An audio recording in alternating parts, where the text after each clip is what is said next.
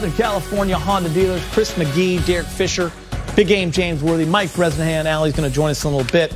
We have Mike Trudell out in Boston handling the post-game conversations. LeBron returns after missing 8 straight games. The Lakers lose their 3rd straight. They fall to under 500. They are now 8-9. After scoring 38 points in the first quarter, guys, and leading at halftime, the rest of the way, they scored just 23 in the second quarter, 21 in the third, and then just 26 on a late 3 there from Dwight in the fourth. And they give up a season-high 130 points, James.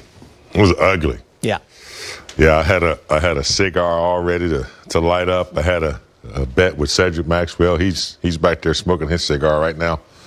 But, yeah, man, this was not a good performance. I mean, the Milwaukee performance, we thought they were moving in the right direction.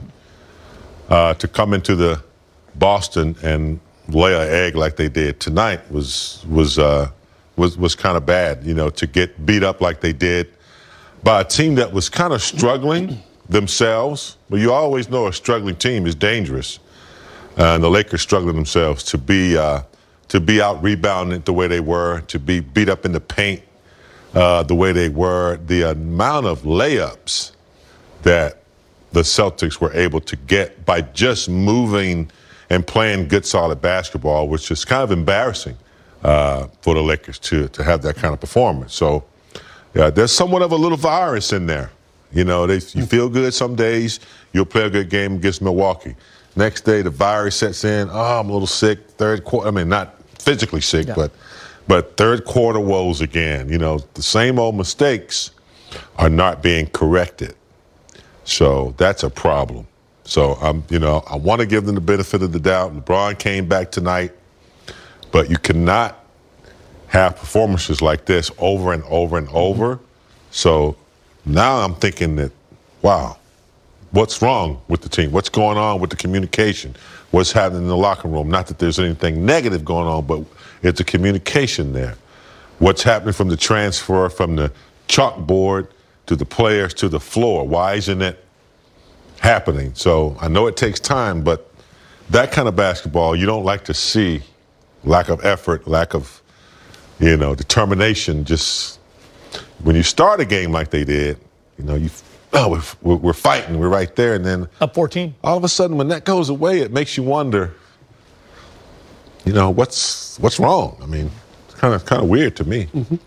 Yeah, I mean, one of the toughest things, like with a new group, that you'll end up facing is when adversity hits, like we're still trying to figure each other out, right? And I'm not sure if, like, when the fire alarm goes off, like, are you going to run? You know what I mean? Like, or are we going to stay and help put out the fire? Like, which way are you going to go, Geets? Yeah. And that's important to know. Otherwise, well, I'm not staying here to put the fire out if you're not going to risk yourself either. Not knowing each other yet. Not knowing each other enough. Right. And trusting, okay, we're going to work our way back into this game this way. Not me trying to do it, and then I'll try to do my thing. And then, so I think there's a combination of things that are happening.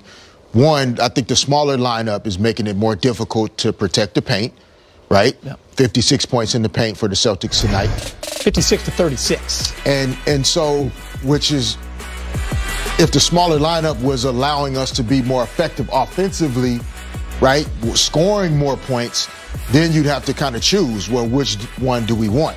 But with the smaller lineup and only scoring 102, it's like you're not getting the benefit of the smaller lineup. Lastly, I still think that there's a tug of war between, from an identity standpoint, for a lot of guys individually, right? And you're trying to figure out, how do I do my thing and us win? And sometimes those two things have to be separated. Yes. And it's just, do I want to win? Doesn't matter how it looks, doesn't matter what my stat line is, what my minutes are. The amount of energy, intensity, detail, game plan, discipline, communication, like all of those things have to be maximum. Yeah. And you might not like the way the stat sheet looks, but your team wins more than the other team. And it's making that decision that's the only reason I'm out here. There's still a little bit of resistance to that this team has to go through. where they can become more consistent in their performance. It's not about losing. You're going to lose a lot of games in the NBA, but it's how they're losing at times that it just doesn't quite sit as well. They can figure it out. There's time, but you want to see more of the we're in this together feeling.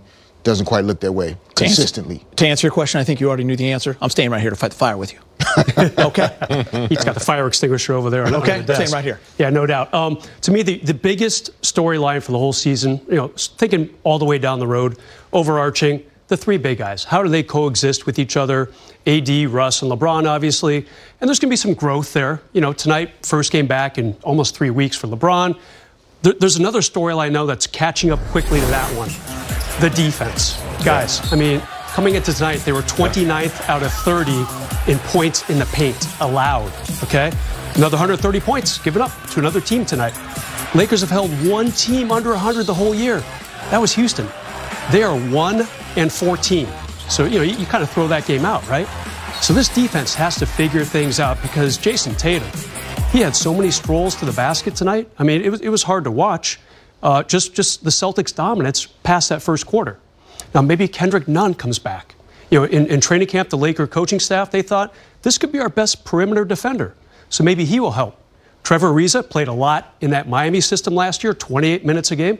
Maybe he will be a little bonus in the defensive department. But right now, guys, still storyline number one, the big three, but number two is catching up quickly, that defense. I'm glad you said that, Brez. I think you bring up a great point. I'm kind of combining defense and third quarter, but the 56-36 points in the paint, out-rebounded by 18, 12 of those offensive, James, you had mentioned, and something was up there earlier, graphic we showed. Third quarter was 33-21.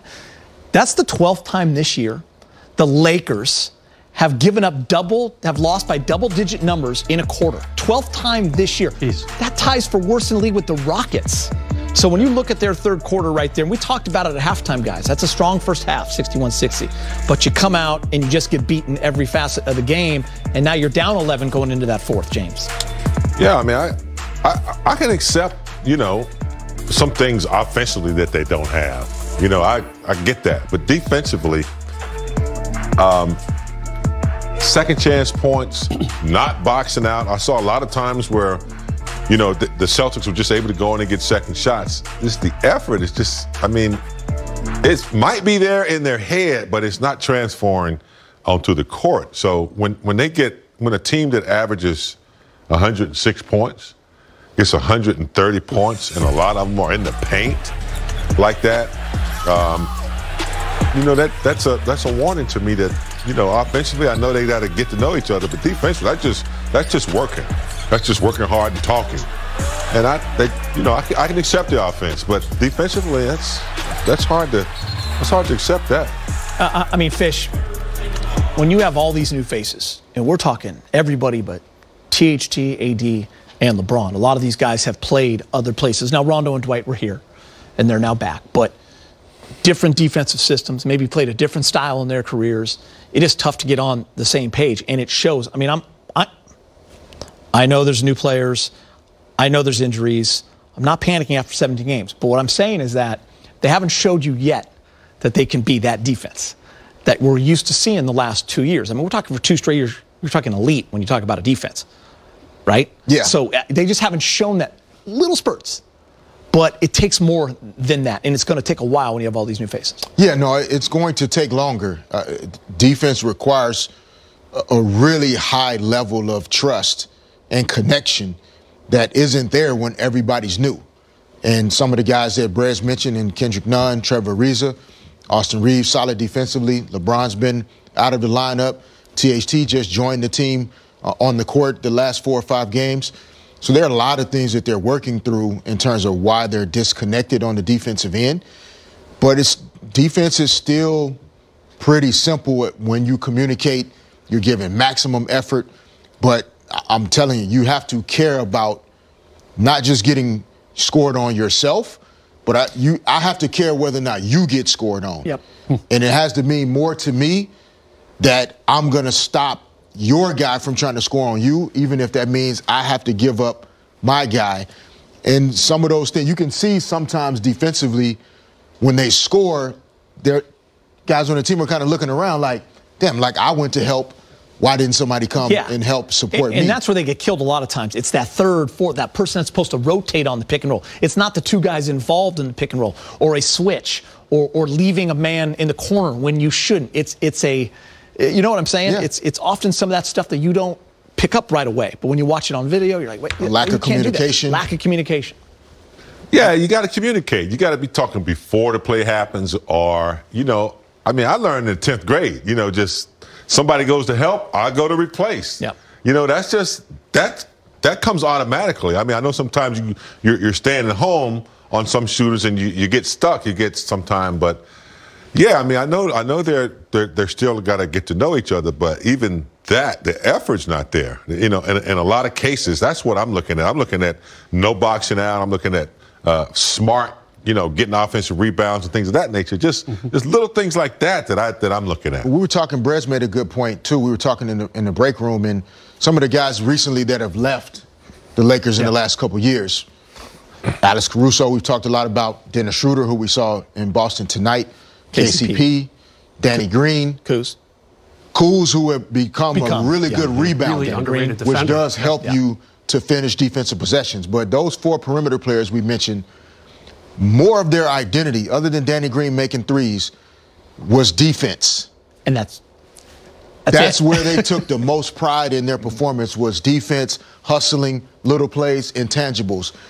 And a lot of those guys have been replaced, not right or wrong, just different, with guys whose identity are more offensive tied. Russ, more offensive tied. Melo's identity more